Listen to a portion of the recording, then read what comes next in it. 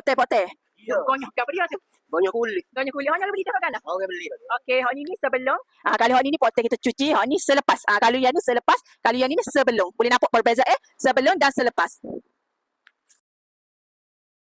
Alhamdulillah dah sold out sofa L sheet yang kita nak clear stock dengan harga RM900.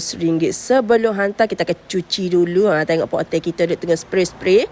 Kita kasih gonyo buat daki-daki hot item tu. Jangan risau hak mana beli barang second, insya-Allah kita akan cuba buat yang terbaik.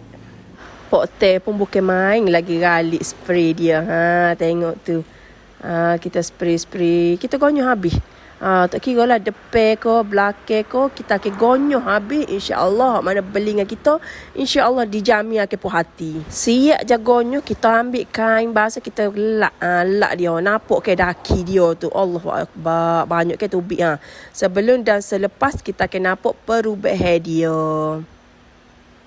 Jadi, hok mana nak cari sofa terpakai tu boleh mari walk in ke mana tu? Semestinya ke Perabot Bacok.